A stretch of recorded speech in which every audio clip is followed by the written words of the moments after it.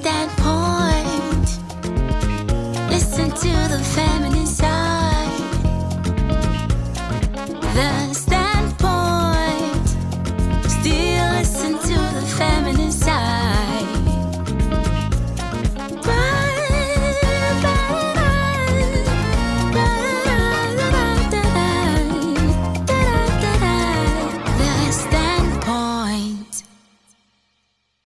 Hello there and welcome to the Standpoint. Yes, it's Women's Month on the Standpoint and it is Ghana Month as well. This season, as I told you, I'm projecting and promoting the brand Tie and Dye. And this tie and dye is once again by Ekwa in my outfit, three-piece outfit by Leran Collection. Thank you so much to her. And my beads by Tweeny Crafts. Thank you to them. And of course, my face bead by HV Elegance. HV Elegance. You can follow all of them on Instagram and on Facebook as well. Today we are about to celebrate an amazing young woman, Dr. Demi, we call her. She's doing amazing things. She's a daughter of the soil of Ghana, but many do not know about her. And that's what we do best on the Standpoint. Bring people from the background to the front for the world to know what they are doing, because we believe in celebrating women and, of course, bringing to the fore issues affecting women and girls especially. And, of course, when we talk about women, we are talking about the family. And she is into reproductive health. Yes, you will love her. So sit back, relax as we get to meet Dr. Demi. This is the Standpoint. We will be back. The Standpoint. The Standpoint. Welcome back to the Standpoint. And yes, today we are celebrating an amazing woman doing great things for her motherland, Ghana. This is the month for women on the Standpoint, and it is Ghana Month as well. So we are projecting women doing great things in their own small way to project, to promote, to develop motherland Ghana. And my guest today is Dr. Demi. I'll get to introduce her properly, but let me say thank you to Vena Mineral Water for, supporting us with quality water, and of course Juice Time and Bigo Drinks. Thank you to House of Food, Auntie Vera and the team. We are so grateful to you, Mrs. Oforipoku and the family. We are grateful as always. And of course, my beautiful set decorated by Finesse Deco, but put together by I call them Team Episode. They put together the set and we are grateful to them. Now let me introduce my guest properly. Okay, she sent me a little bio, but I know she's more than that, so I'm not going to read the bio. We are going to listen to her. She is Dr. Demi Priscilla Letsa Duah. She's Deputy Executive Director, Total Family Health Organization, and this organization is directly funded by USAID. But before then, she has held many positions. She's somebody I will sum up to say that, school, book, you get book head. Well learned, well rounded, well grounded. Welcome to the Standpoint, dog. Thank you so much for that rousing introduction. Thank you for agreeing to do this with us. I know you are not very much of a TV person, but I know, right? But I'm glad you did. Anything for you, Gifty. You have my heart. From a long time. Thank you. Anytime I hear the Demi, it's just like, is that a Nigerian link? No, actually, it's an Ewe name. But you have to say it with the right intonation. Okay. Demi? Yes. Oh, it means what does Demi mean? Okay. Save us or deliver us. Oh, Lord. And you are living your name. Hallelujah. Well, am I? I hope so. You are. Good to have you. Thank you. And you wear many caps. You're also president of your year group from Every Girls. Yes, I am. I am the 1998 Every Old Girls Association. Babies. Baby. As a baby, as a young baby. Somehow. Baby, me, I'm 89, compared to you. So I'm 89, yes, so we are your babies. Like, yeah. Good to have you on the Standpoint. Thank you. How has it been?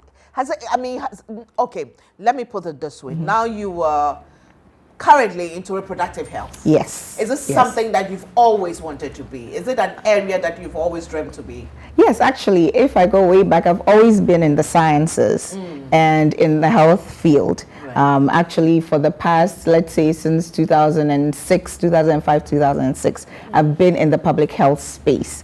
Not just reproductive health, however, that is now one of my primary focus areas. Okay. But I've been into water sanitation and hygiene. I've been into maternal health and all of those things. But for now, a lot of our work seems to lend itself towards the sexual reproductive health part. But public health has been at my heart for many years now, and it's my passion, and it's what I've been doing. I met an old friend of your dad. He said, we always thought she'll be a lawyer. Oh, Gifty is taking me way back.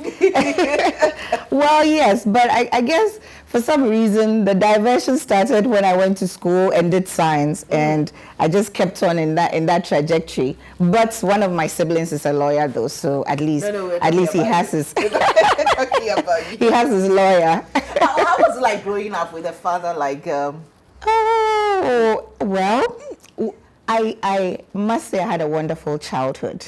I mean, life was not always easy, but at least my parents put in a great effort to make sure that we were comfortable as kids. And one of the main things I learned from my father is work ethic. You know, he's a very distinguished gentleman, and he always told me, let your work speak for itself. So from school all the way, I passed all my exams, was very studious and so forth. And I've carried that into my professional life. So all the people who work with me know that I am a time person. I don't play with that. If there's anything due, I make sure I deliver it on time. And I've just carried that. And I think it's lacking in Ghana. It's lacking for women in the corporate field. You do let your work speak for itself. And coming from you with all your achievements also, I can tell you have that. You know, for anybody who meets you for the first time, the impression will be, this is a well-composed lady. This is a woman who seems to have it all together. You know, she knows how to hold her own. Do you have some crazy times? Oh, I do. You do some crazy things. Oh, are you sure? But we can't always be prim-poor like that too. Sometimes you have to let your hair down. So you've seen Jama before? Oh, why not? Girls. Why not? And before, yes. Yes. So to me relaxing. We can let our hair down. So when the occasion calls for it. And Friday night, we uncle to baby in Jibosu. That would be nice. Seriously. Okay. But you might be a better dancer than me though. Oh, but I can get down. I can really dance when I'm sitting. Hey, when you're sitting, you're a chair dancer. You've got all the moves. Okay, now good to know that you have the fun side. Yes. But you have achieved a lot. You had your first degree with University of Ghana. No, actually. Okay. My first degree was outside of Ghana. I went to California State University. Okay. So as soon as I finished Degree Girls, I had the opportunity to further my education outside of Ghana, which was a blessing. And I don't know, I wouldn't say a curse, but I really wanted to go to tech. Like, I seriously wanted to go to one tech. Of the tech or suicide kind of. I mean, yeah, bro, because Jana and person because Jimmy, you know. And then I got the opportunity to travel outside. So I landed in California, California State University in Sacramento. That's the capital of the state, and that is where I did my undergrad. Yes. Okay, so University of Ghana was your doctorate? Yes, my doctorate. Yes, much later. Okay, your doctorate in what? My doctorate is specifically in public health. It's in population and reproductive health. Okay. Yes, that's what my doctorate is. Have you ever worked with a state agency or a state institution? Not directly employed by a state institution, but they are one of our biggest collaborators. All the work that we do in the development field is in collaboration with, for instance, Ghana Health Service. We work with them. Ghana Education Service, we have an MOU with them. So certainly we work a lot with the public or governmental agencies for sure. We'll get into your work later, what you're doing now, but I want us to get to know you a bit better. What's your biggest goal? Biggest? Yes. Ooh, let me put it, the ultimate goal in life. The ultimate goal is to have achieved a life of service and of success, and to have my 3 children be successful individuals. I think those are one of my biggest goals. When it comes to the corporate field, certainly to lead an organization, to be an exemplary woman in the corporate world. So I would say those are my goals. In short, I have many other things. I do want to travel the world. Right. I do want a soft life. Yeah, yeah. Who doesn't? Yeah. I know, right? So, but those are the sides, right? When it comes to maybe my professional goals or my overall outlook, at least when I'm 6 feet under, eventually, I want people to have said that I led a life of service. A life of service, you know. And how do your 3 children see you? What do they my think kids. of you? Oh, I'm sure they're like, oh, mommy likes talking plenty. Stop it, put it down. Where are you? Did you do your homework? You know, the usual things. Yes, right, yes. Right. But maybe if asked, maybe they would probably say that I don't take any. Maybe I should rephrase it. I don't suffer fools. Yeah, yeah. So they'll say if you don't do the right thing, should be on your case. To do it. I'm sure they will come up with the loving and all of those kind and all of that. But I'm sure they call you a name behind the scenes. Well, I hope it's a nice name. But like I always say, I'm there to be their parent, not their friend. Their friend. Yes, maybe when they are eventually over 18 and work and everything, then I can be a friend or a consultant in their life. Oh, I don't know. But as I'm raising them, at least, you should be a parent. You don't want to be a friend. Not at this moment. Sometimes there's a girl among them. Yes, I have 2 boys and a girl. Yes. Okay. And I'm sure you're straighter on the girl. Well, a little bit here and there, but she's also a force to reckon with herself. Yeah. She's 14 going on 15. Oh, good luck. Okay. It's not easy. Good luck. Teenage years. good luck. You know. Well, so you seem to have it all together. I mean, family side, solid handling on, professional side, progressing, you know, but growing up, what was your fear? Now I know your biggest goal is to be remembered of being of service to your country, Mother Ghana. But what was your fear, or what is your fear? Oh, well, growing up, actually, I was very shy. You wouldn't believe it. You still are shy sometimes. Yes. It's a lot of work, mental work to be in the limelight. Right. Generally, I like to stay behind the scenes, and I'm making an intentional effort this year for 2023 to really be out in the open, because you know that's the way the world is going now with social media and all of that. So that was one of my biggest fears growing up. Presently, I don't know, maybe nowadays, like as I'm about to be I'm treading on fearlessness. I'm not sure. That is the point that I'm getting to. You have to, it's so important. You just have to fear or not, you have to do it. Do it afraid, right? Exactly. And this year, our theme for the standpoint is a woman of power and of influence. You know, that's why we are playing with the purple, the shades of purple and the greens. Don't worry, green one, hey, bring girls home. Purple and fancy my girls, by to be the green I found just to, you know, project the every girl. It's a woman of power and of influence. But the immediately you mention some, like a woman of power, people panic. Right. They do. You know, I realized that Ghanaians are enamored by the idea of a strong, independent woman. However, when they actually meet one, then all their fears or insecurities and, you know, all these things come, or you too no do, or you say. But really, you know, it's like, check yourself. I'm bringing some uncomfortableness in you that you have to work on, because I'm just living my life and doing my work and you know, whatever it is that I have to do when I go home. So why should somebody's success intimidate you? Exactly. So a lot of the time is their internal insecurities that bring those things out. And sadly for women, when you meet a fellow woman, instead of, you know, saying, oh, good for you, I'm happy for you, you're doing this, you're doing that, there's a lot of underlying current of jealousy. There's don't you think you're doing too much? Don't you think you're going to slow down a bit? You know, things like that, which shouldn't be the case. But we're here to break those barriers, aren't we? That's why I love you.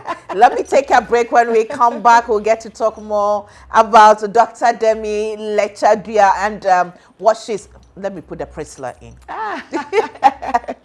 And what she brings to to the Ghanaian public now. Now she's focusing on reproductive health, and we do talk about it. Quite recently, the news, this statistics by Statistical Society of Ghana, and they were talking about the number of girls who have committed abortion and, you know, some dying. And I'm like, why are we acting that we are shocked? True. With the kind of attitude we have towards sex education. But anyway, let me take a break again. I say thank you to HP Elegance for my makeup, my fabric, my tie and dye. It's by Tie and Dye Yekwa, and the 3P is by Liran Collections. My beads by Twinny Crafts. I'm so grateful to all of them. We take a break. When we come back, there's more to talk about, because this year we are raising women of power and of influence. We'll be back. The Standpoint. The Standpoint. Welcome back to the Standpoint, and today we are celebrating Dr. Demi, Priscilla, Letsa, Duah. And she's my guest for today, this month of women, and of course the Ghana month. Are you patriotic? Am I? Well, I would like to see Ghana be better than it is. So I guess that's my level of patriotism. But in terms of all the political, you know, left and right and agitations, it doesn't really trouble me that much. I like to keep a neutral stance. Yeah. However, with Ghana's development and forward movement in mind. Would you like to see yourself in politics someday? Oh no, not at all. Your father has done enough for you. Well, he wasn't even political, but personally, from a personal stance, no. I don't even see that in my trajectory at all. Are you a social media person? Not really, not really. Like I said earlier, I'm trying to put an intentional effort to be a social media person. Any particular reason you stayed off social media? I guess at first maybe I noticed a lot of the snares of it rather than its benefits. So now I'm trying to come back and really acknowledge it for what it is. That's why I'm asking you, because last week we discussed social media and gender bullying. Ah, that's a good topic. Yeah, we discussed gender bullying, how women, you know, International Women's Day, the theme is, so it's about digitalization and the gender. And then with it, hashtag, you know, embrace equity. Yes. And we did talk about how women, especially Ghanaian women, are trolled and stigmatized and, you know, bullied on social media. Just again, it's keeping a lot of women off social media. Yes. And they are not utilizing it to their... Yes. And I am one of such, because I always felt like exposing myself, my life, the things I do to social media would rather bring critique and unnecessary things in my way, rather than I understand that it's a tool and it has its place. So, but with that, the gender I can't say the word. You say it for me. About digitalization. Thank you. See, I make mistakes too. Well, I'm not surprised. There's a word that I also can't pronounce. Which one? Deteriorate. Deteriorate. I have to take my time to say it. Deteriorate. Okay, so let me also take my time with digitalization. There you go. It's a strategy. So what is it with the D words? I don't know. So with the bullying on social media, it's really, really sad that is the case. And I know elsewhere, maybe in Ghana, but we don't have the statistics that some teenagers it has led them to commit suicide. Yes. It's given people depression, anxiety, so many things. The negative comparison of people's lives. You know, you see somebody in a very fancy car, in a fancy home, taking all these fancy vacations, and you end up feeling terrible for yourself. But all of that may be crafted, right? Yeah. And pitched and positioned in that way. A lot of people do forget that. We haven't even started with body shaming. You know, we haven't started with aging, women as we age, and the trolling we get related to that. Oh, she's past her prime. Anytime a trim. You know, all these comments that are really, really gender biased. I post my my exercises on social media, and people were like, "Oh, and you're too old." This, that. Until one day I met ambassadors. I went to ambassadors, I met ministers, I met queen mothers who were saying, oh, Gifty, because of we're also doing that, we're also going to the, I said, okay, no one is stopping me now. No. Because just like I intend to make an impact, so if it is making an impact, then I'm not going to let it stop me. But let's come to what you do now, to reproductive health. Yes. Your organization is called? Total Family Health. What specifically do you focus on? Okay, so we are a fully indigenous Ghanaian NGO, and by that I mean non-profit organization. Yeah. So we're sponsored by donors, Okay. and the work that we do cuts across all health sectors. Okay. So we do malaria, we do HIV and AIDS, we do reproductive health, of course. You know, I'm the we National do. Malaria Ambassador. Yes, I know that because we've been working with NMCP, National Malaria Control Program. Yes, Okay. yes. Okay. So we've had a couple of projects with them. Okay. Yes, yes. Okay. So Okay. good for you. You know, you've always been in the No, space. it's more work for me. That's it. Well, I don't know but- this year where they will tell us we're going. Last year we went to Hawaii. This year I don't know where we are going. Well, but we'll see. But we do all health sectors. So Right. anything health related, you name it. In addition to our core work of bringing programs and education and information, we Yeah. also focus on behavior change. Okay. So we want people to, on their own accord, adopt positive health behaviors, Okay. like you have done with your example when you started exercising and yeah. working out. So we want people to eat properly, take care of themselves, prevent diseases, including sexually related ones as well. All of these health behaviors that we want people to change their behaviors to, in that positive direction. And we also sell commodities. So we bring essential health commodities to the doorsteps of people. We have pharmaceutical distributors all over, and you find a lot of our products across all pharmacies and over-the-counter medicine sellers. Yes. Okay. I mean, today we are celebrating you, so you can feel free to mention names of products you sell and all right. that. So that's Is it hard and fast rule about? No, there isn't. All I care about is people, use the commodities yes, to but, their benefit. Talking about, let me narrow it down to the reproductive health. That's an area that I've also worked in for. Media is being of concern to me. Yes. When it comes to sex education in our homes, in our churches, at the mosque, it's very minimal. It is. Culturally, Ghanaians have, I guess they've tended to kind of want to sweep it under the carpet. Parents are very uncomfortable speaking to their adolescent children. They've passed that discomfort down to their adolescent children, where they also feel that they're unable to speak to their parents about it. They'll be branded bad girl, bad boy. They'll be beaten. There have been instances where that has happened. So as a society, we really need to try to change that paradigm a bit and to try to really shift and bring it out in the open, because it is part of life. We teach our children about many things, and yet when it comes to that and their bodies and their sexual reproductive health, we somehow don't want to talk about it at all, and we just want to skip over it. And then when they're like 29, we're like, oh, so when are you getting married? It does not happen that way. And all the studies show that when you actually educate and empower young people or adolescents, they don't become promiscuous all of a sudden. It's rather the opposite. It's opposite. Yes. So we when really they don't have the knowledge. Exactly. Yes.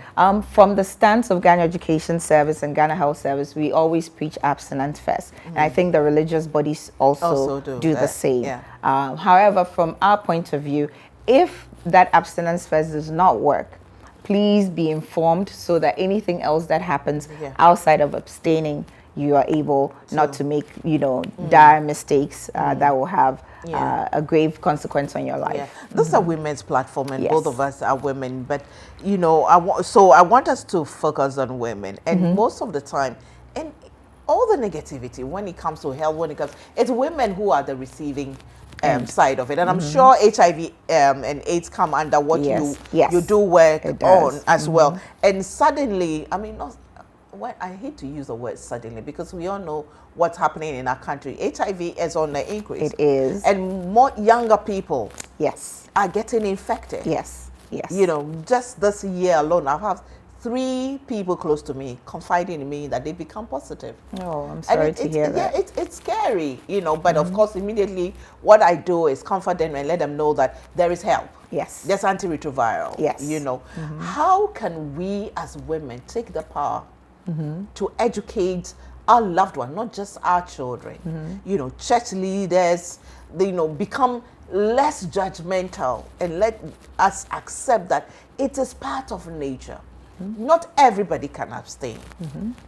And really talk to our young ones. Yeah. So I think we ourselves as women of a certain age have to disabuse ourselves of the notion that it's something private, it's not good, it's something to be shied away from. It is part of life, like you said. It's part of development. So when we break down those barriers that we carry maybe from the way we were raised or we picked it up from church or wherever it is, when we innately break down those barriers, then we're able to now have conversations with the younger ones, be it our children, be it people we're surrounded by, you know, what have you. So it starts with us, actually.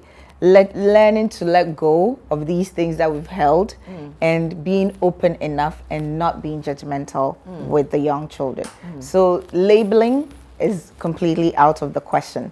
By labeling, I mean, you know, calling somebody a bad girl, wase, wabaso, pray, all of those things. Right. When people are asking questions, it may seem that way, Yeah. but it's valid that you pause and give audience to them, listen to what they have to say. In my line of work, I've noticed that when teenagers tend to rebel, or even for girls who tend to be promiscuous, it is because of something that may have happened in their childhood, and it's particularly related to molestation and abuse. Then it manifests itself as them being promiscuous. So when we put those judging eyes or lenses away, we're also able to hear and understand what these young people have to say. So I'll put a lot of the responsibility on us as women to be able to do this. Yeah, I was going to ask, what has been your experience, you know, when you go, because quite with I think when we met recently, you were just coming from one of the universities where you had gone to do, you know, what has been your experience listening to these young people share? Are they able to openly talk about it? They are, when you put them in the right context or zone, where they feel that you're not being judgmental, and when they see that you have maybe a young spirit about you, like you do. You are over 50, and yet I feel like I'm talking to an older sister, you know. And so when they see that, when they're able to open up or share something they've held dear to their hearts, they will not be judged. Usually I realize that a lot of them are able to come to you, oh, Auntie Gifty, I have this to say, or, you know, I'm sure you've experienced that several, as have I, you know. People, I remember going back to my high school to share some sex education and stuff with the girls who were there currently. And you realize that a lot of people would come, oh, can I have your number? Some, you know, there are issues. They just don't know where to go with it, which really is a sad case. It's a sad case, perhaps because some of us do have the platform, we also need to be because available. Dr. Demi, I mean, there's one incident that I can never forget. Is a 9-year-old girl reaching out to me on social media, telling me that she's had her menses, but she's afraid to tell her mother. Oh, really heartbreaking, right? I mean, I was like, menses? You have to give this. She'll say I'm a bad girl. I know. That label. It's a really terrible one that we really need to let it go here in Ghana. I mean, I don't want to blame anybody, but I mean, I think we've been dealt with a very hard blow. Yeah. So to up to today stigmatize something as natural as menses. Your menstruation. Yes. It becomes an issue you can't talk about. It does. Even to your parent. And it's really sad because you remember, if we cast our minds back to our traditional societies, there were bragro. Yes. And the copper ones, I've even forgotten the name. Depot. Yes. All these practices that were supposed to initiate young girls and women, young girls into womanhood, I should say rather. You know, where they were taught what to do when you have your period, all of these things, and even how to be in a marriage, how to have sex, all of those things. Yes. But for some reason, we've really strayed back from it. So it's part of us as Ghanaians because we had these traditions and practices before. Right. And now we've become so, I don't know, is it Westernized. modernized or westernized that we've left all that behind. And yet we have, generations of young people passing through without the proper education. They don't receive it culturally, neither are they receiving it in this westernized Ghanaian society that we both live in. So we really have a big gap and we need to try to close it out. So really. you have your organization, Total Family. Yes. Health. You have your work We cut sure out for do. There's sure a lot do. of work. I mean, if I cast my mind way back to 26 years ago when I started, being in the media, where being a journalist, and we've talked about this over and over again. And sometimes you hear things like, still.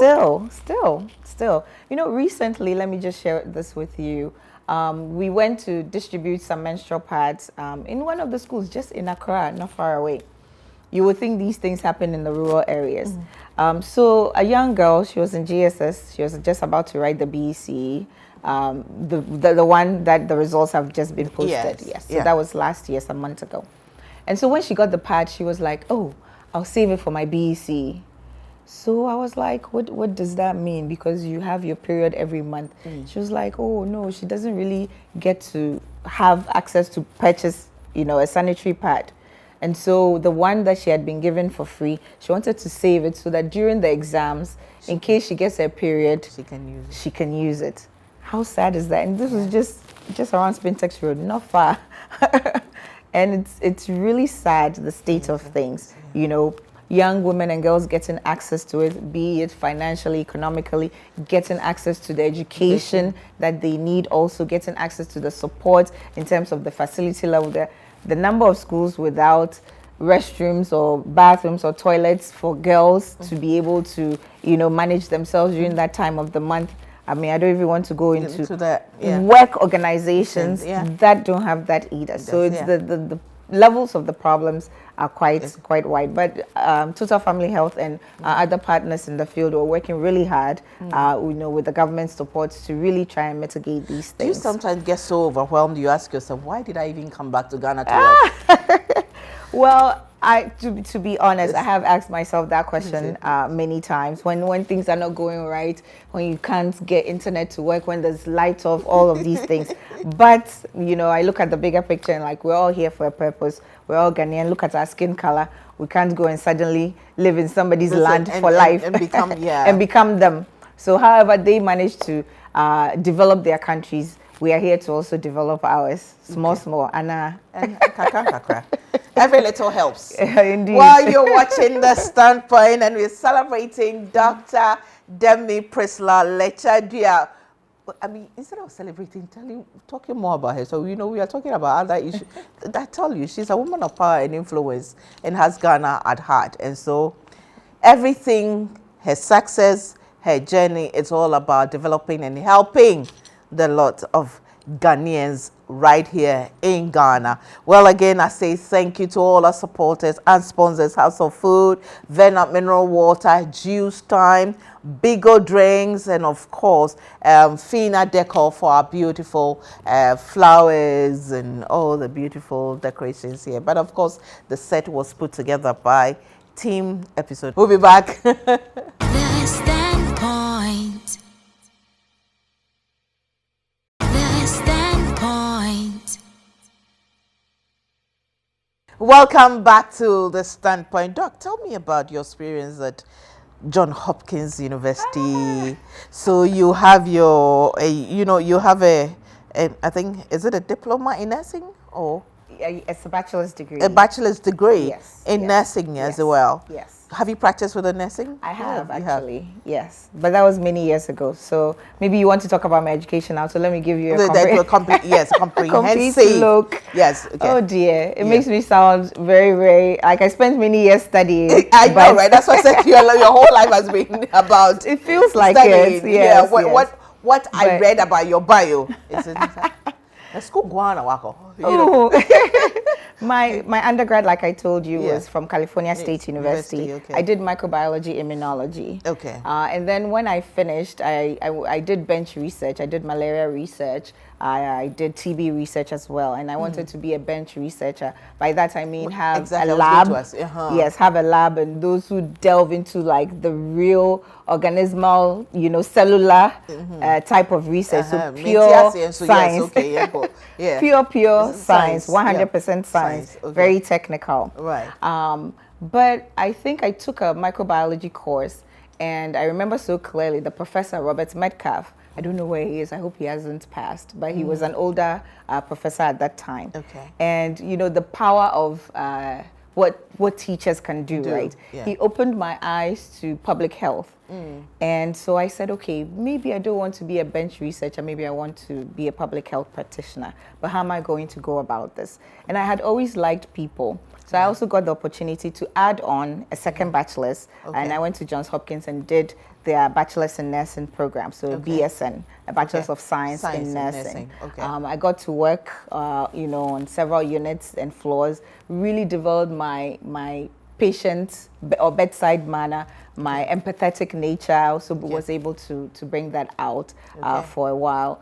Then I continued to do a master's in public health at Boston University. Okay. Yes, and I finished that in 2006 is when I finished my master's degree. Master's in Boston. Yes. Okay. And I've been in public health since. I've done a few fellowships. I went back in 2009, 2010 to Johns Hopkins. I did a fellowship. That's a scholarship. Yes, I did a fellowship. fellowship there for a year. I've also done a fellowship in population health, translational science with Penn State. When you say fellowship, what does it really mean? So You in go and academia, lecture, yes, or it's you a go- variety of things. You can be a visiting scholar. You can be invited to be a visiting scholar. They look at your body of work and they invite you. The university or the department in the university can invite you. You're not faculty, but you're a visiting faculty from another academic institution or from industry.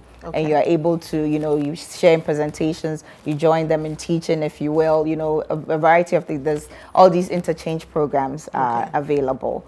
Then fast forward to 2015 is when I moved back to Ghana. Okay. And I decided, okay, I've always wanted at least one degree from a university in Ghana.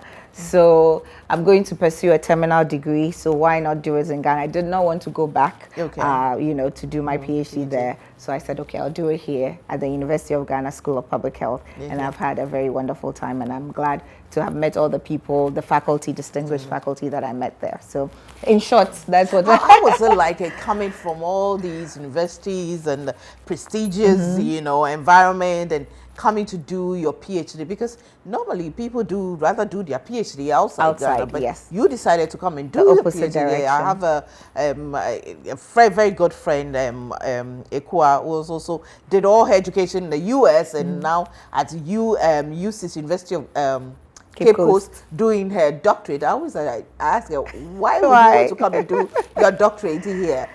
I think it's helpful. The key point of a doctoral student is to be trained to support the department you're in, which forms a greater part of the school or the faculty in which you're in.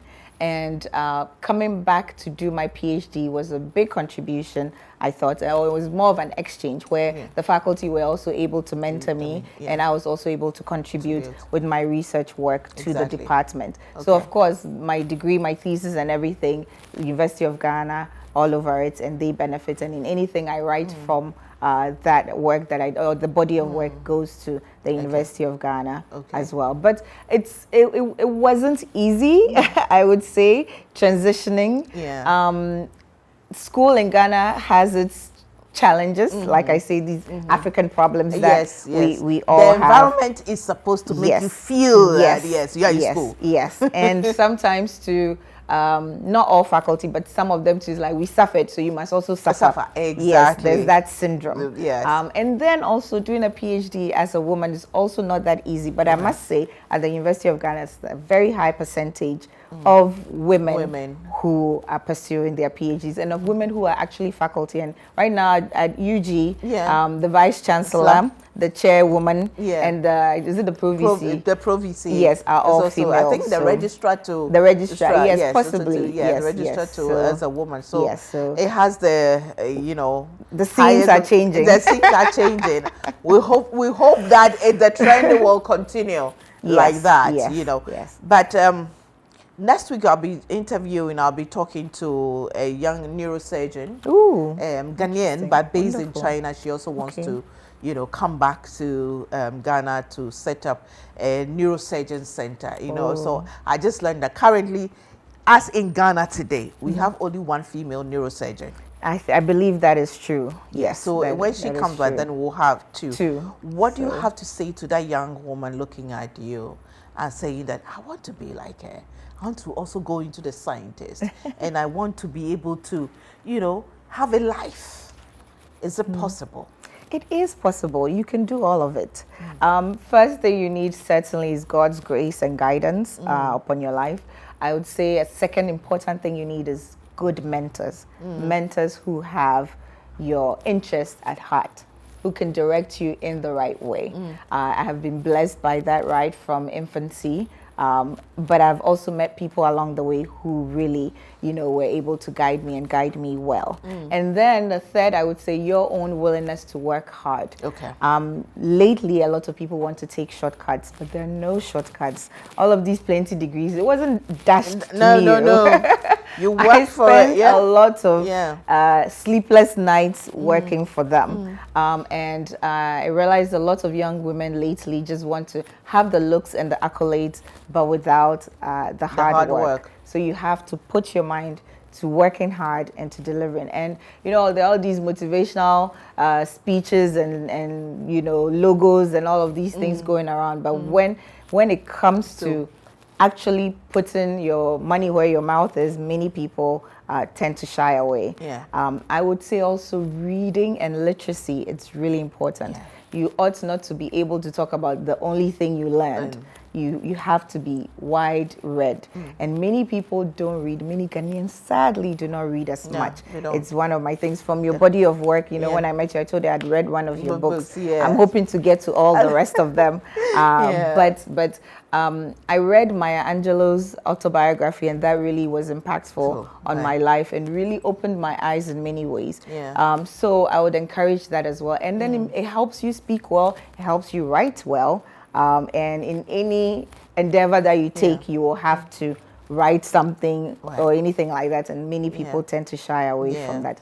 So to the young people, I would say these three things: really focus on working on yourself, but of course you have a time for a little bit of fun as well. But don't let that overshadow. Once you get certain things out of the way, the fun will come naturally. I promise. Now, talking about the fun, let me tease you a little bit, Doc. So, oh dear, all these teasing plenty school, getting the day job, Hopkins, is it Boston University, California, all that, your master degrees. And through all that, you had a chance to drop 3 children. I did, though. Some way, I don't even know how it's possible. How were you sleeping? Or it was daytime? So, as women, you have to balance. I say it wasn't daytime or nighttime. But some way, somehow. Some way, somehow, I managed to get married and have 3 children. But amazing. I mean, you were blessed. You were definitely blessed, and we thank God for your life, because you are a typical example of a woman of power and influence, because you've achieved, academically, professionally, the corporate world, your family life, you have it all together, and you seem to have your Christian life together as well. And you are definitely a woman worth celebrating. We're here by God's grace. Indeed, simply by God's grace. And thank you so much. And I'm sure that this is not the last time we are seeing you on the stand, but I'm sure another time maybe you can bring your team where we'll go into details when we come to reproductive health. Oh, she didn't want to. They are the ones who deal with the ebony condoms that is everywhere now.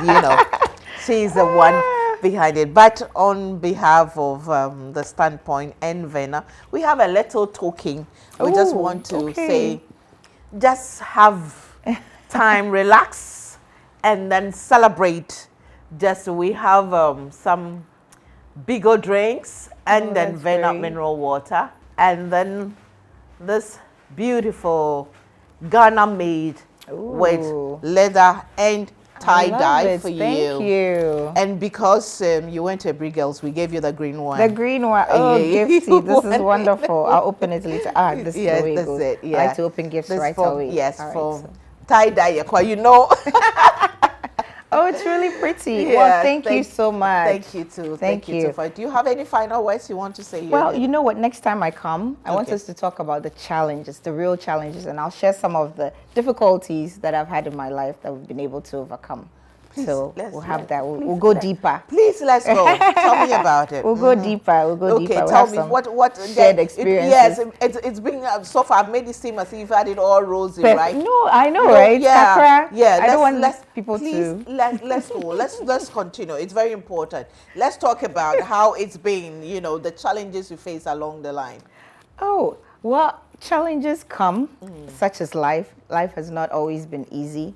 I've had to deal with a lot of people underestimating me, underestimating my Is it intelligence. the academic or the professional? In either sphere, really. I think it's a lot here. It's also a lot outside. Yeah. When I was outside, I had to deal with being the only black person in many places. I wasn't necessarily always welcomed to many places where I realized that I was in. So, the racism, the discrimination, all of that. But life has not always been easy. Relationship problems, it hasn't always been a rosy road. Really? Yes, it has not always Intelligent girl like you, pretty like girl. To miss you. we are not immune I know, right? to life and its difficulties. So yes, those have also been a trial. Yeah. Then motherhood, which is a whole different battle. All the sleepless nights, all the, and trying to work and have a career, and that combination, it's not always easy. One female professor who has passed now, she's very popular, so I won't mention her name just for her family's sake. Right. I got the opportunity to meet her, and she said that she did her PhD outside of Ghana. She had 2 girls. Those times you could go with your family, so she went with her husband. Family, okay. One day she was late coming home from school, so she came home and she was like, "Oh, where are the kids?" But the man had been home, and he was like, "Oh, I mean, So you don't always get the support that you need. And many women have experienced this in different forms. Exactly. And, that's something that we need to that's talk one about thing that also. I mean, yes, you're right. We need to talk about this thing about to be able to make it in this world as a woman, you need a supportive husband. What if you don't have a supportive husband? Well, yes. What if indeed you are married and your husband is not supportive? Does that mean you can make it? No, it doesn't. It just means that life would be harder for you. But the reverse is the same too. If you do indeed have a supportive husband, you don't take that for granted as well, because many people don't have that opportunity. They are either single moms or they are married. However, for many other reasons, they find themselves alone. And that can be the worst kind of loneliness. I tell you. To be in a relationship or a partnership or a marriage and have that level of loneliness. Right. So I think that when we share some of our experiences and people realize that, also to me having these things. Yes, it happens. It happens. I dated for 3 years when I was in college, and that did not go well. I found out that he was sleeping with my roommate, my own roommate, who was a Ghanaian. So as a Gifty, in such situations, I know when it comes to such situations, we talk about, don't blame the girl and whatever it is the man. But sometimes I feel that you, the girl, you should also know that this is my friend.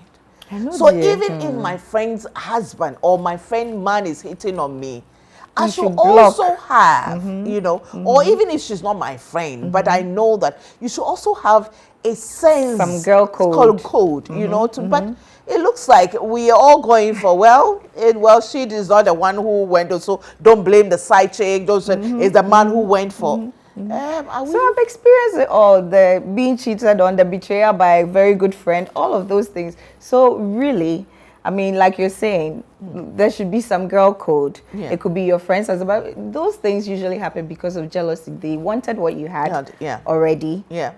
And men, excuse me to say, being so fickle when it comes to physical attractiveness and the pursuit of those things, you know. And a lot of the women also push themselves onto the men, sadly, because they really do want what you want. But that taught me a big lesson. The breakup and the whole thing, I found out the first semester of my final year. So imagine if I had let it really affect me. It did affect me. It hurt me. But I lost weight and I was looking even better. So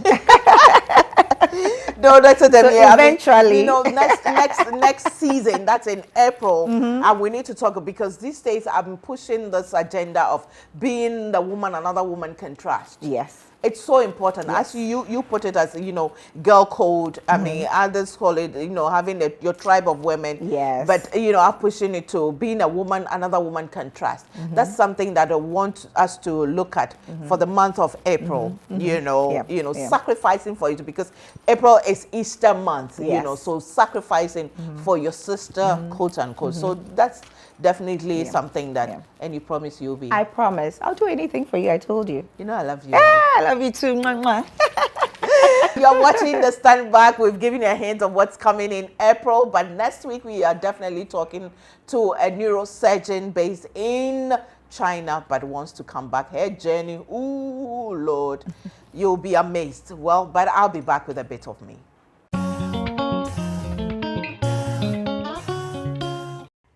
To be a woman, now, wow, somebody once asked me, is it possible to be a woman and have it all? You know, be successful, have a good brand, have children, be married?